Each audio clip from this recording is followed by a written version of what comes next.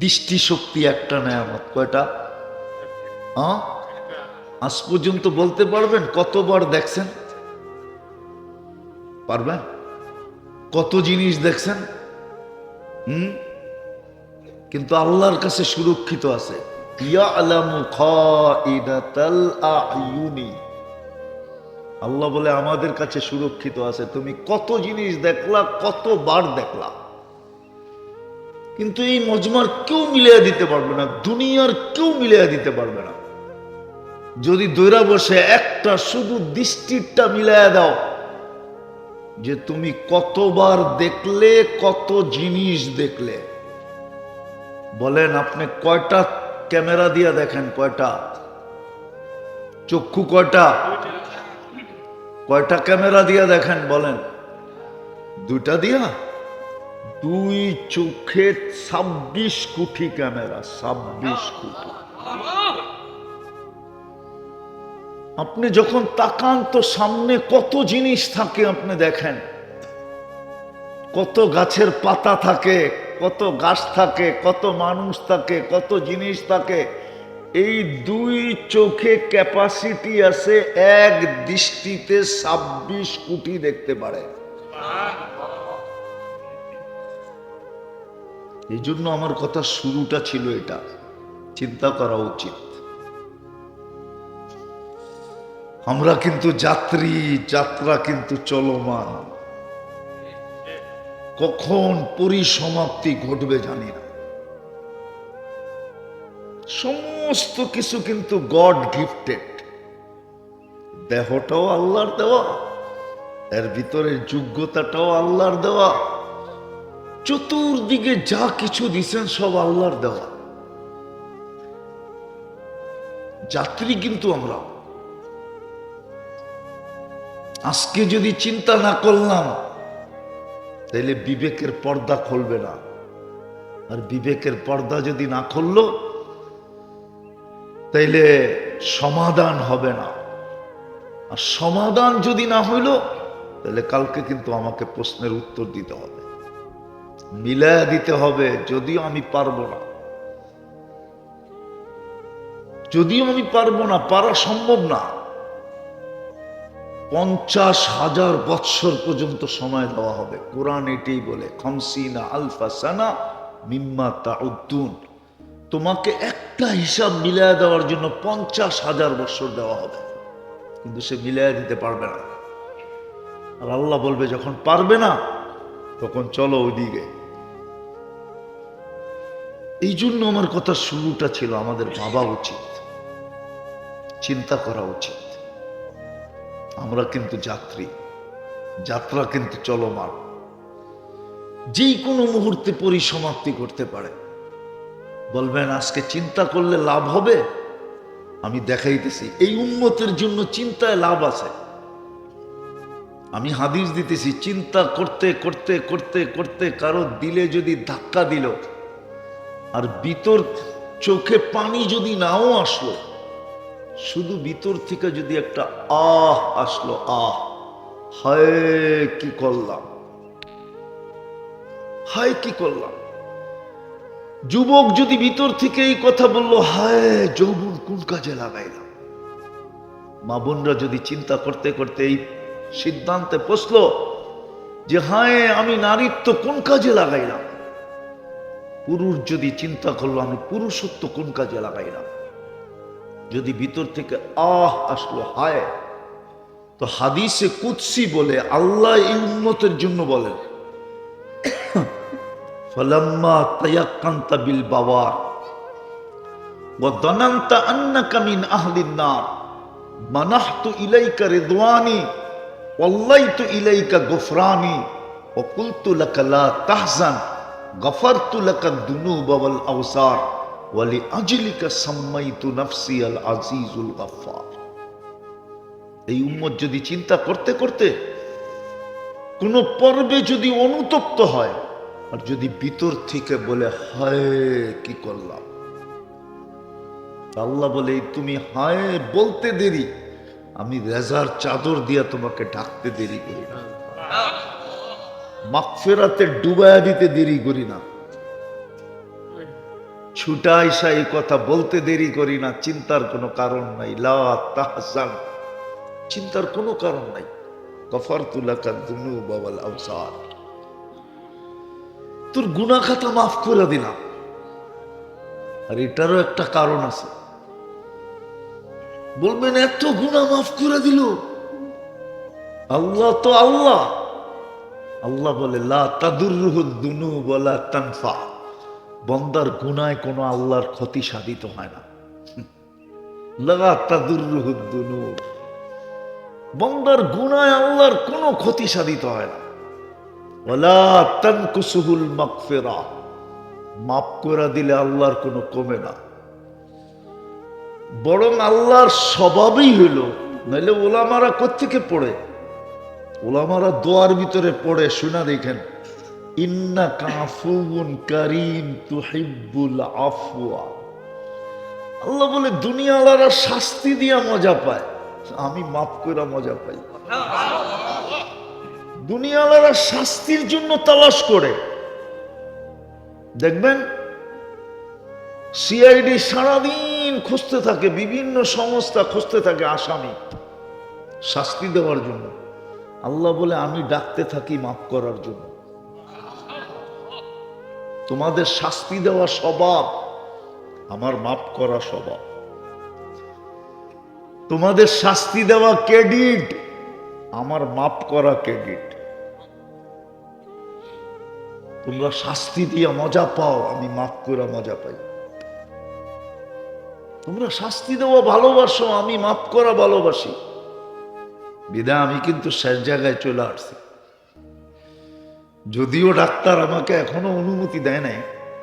আমি গত 28 তারিখে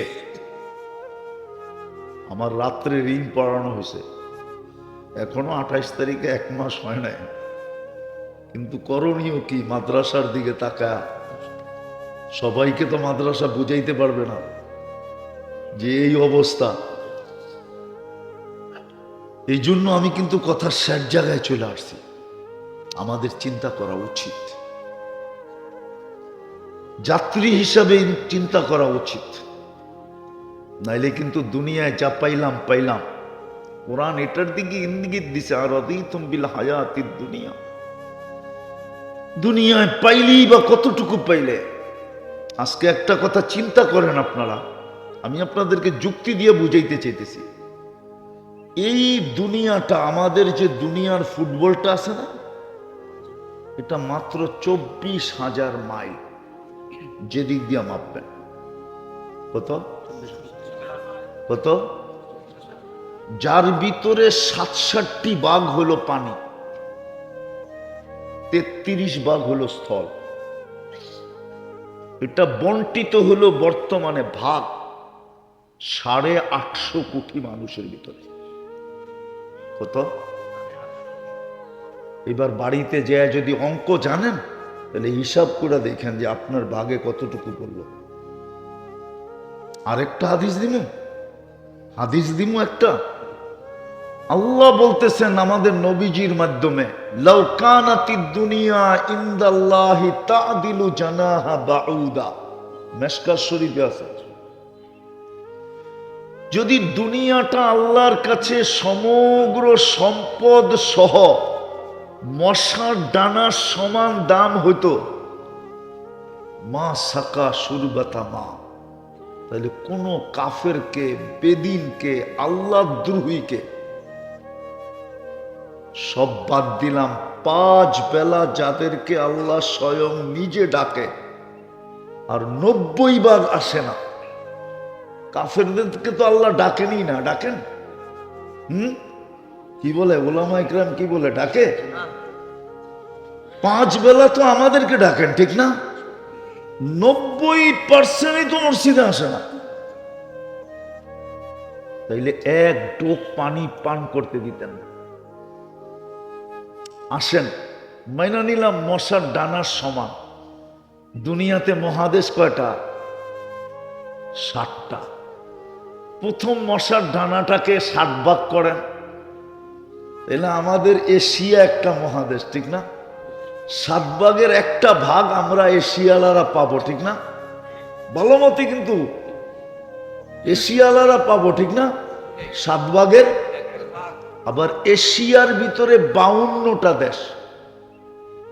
যেই এশিয়া 1 ভাগ পাইল 7 ভাগের, ওটাকে আবার 52টা ভাগ করতে হবে, কেননা এশিয়ায় 52টা দেশ।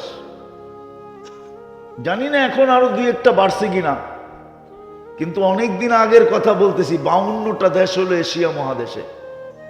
তাইলে 7 ভাগের 1 ভাগ পাইল এশিয়া, ওটাকে ভাগ করতে হবে 52টা, ঠিক না? কিসের ডানা? ওই 7 ভাগের 1 ভাগকে আবার 52 ভাগ করার পরে একটা ভাগ পাবে বাংলাদেশ। একটা ভাগ, ওটাকে আবার যদি 20 কোটি ভাগ করেন, তাহলে আপনি কি পাইলেন বলেন? কি পাইলেন? কোরআন তো এটাই বুঝাইতেছে, আর রাদিতুম বিল হায়াতিদ দুনিয়া। তুই এতটুক নিয়ে খুশি হয়ে গেলি কি করে? এতটুক নিয়ে তুই ভুলে গেলি কি করে যে চিন্তা করা দরকার ছিল যে আমি যাত্রী, 24 ঘন্টা বুক করি যাত্রা। বলেন এখানে কে আছে 24 ঘন্টা 100 বার আল্লাহ বলে? বলেন 100 বার যে আল্লাহ বলতে পারি না, এই জন্য ডেলি একবার মাপ চায় যে আল্লাহ আমি পারি না, মাফ করে দেন। কি আছে এরকম অবস্থা? নাই তো। আমার যুক্তি আপনার লাগে কিনা দেখেন। উচিত তো ছিল চিন্তা করা, উচিত তো ছিল চিন্তা করা। তাইলে আমি তো দেখাইলাম, হইতে পারতো চিন্তা আমার চোখে কখনো না কখনো পানি নিয়ে আসতো যে হায় আমি তো কিছুই করতে পারলাম। হয়তো চোখের কোনায় পানি উদিত করে দিত, লজ্জার পানি আমার চোখের কোনায় উদিত হইতো। তাইলে হয়তো হিন্দির একটা প্রবাদ বাক্য হলেও সত্য হইতো। হিন্দিতে প্রবাদ বাক্য আছে, নাদামত কি আঁসু গুনাহোं को धुल देते हैं। অনুসূচনার, অনুতপ্তের পানি চোখের কোনায় উদিত হইতে দেরি, তোমার গুনাহ ধুয়া যাইতে দেরি হয় না। ছিল তো প্রবাদ বাক্য, আর প্রবাদ বাক্যটা হাদিসের থেকেই ছিল। ওলামা আমার সাথে একমত হবে, অনুতপ্ত হয়ে যদি কেউ চোখের কোনায় একটু পানি উদিত করতে পারে, মাসির মাথা সমান। হাদিসে আছে চক্ষু জাহান্নামের উপরে হারাম, এই ব্যক্তিটাই জাহান্নামের উপরে হারাম। দোজখ নিভা যাবে, ও আর দোজখে যাবে না। আমাদের চিন্তা করা উচিত। কথা বাড়াইতে চেতেছি না, চিন্তা করা উচিত আমাদের যে আমি আল্লাহর ভোগ করি কতটুকু, আমি আল্লাহ আল্লাহ করি কতটুকু। কালকে যে আমি প্রশ্নের সম্মুখীন হব, মিলাবো তো মিলাবো কি করে?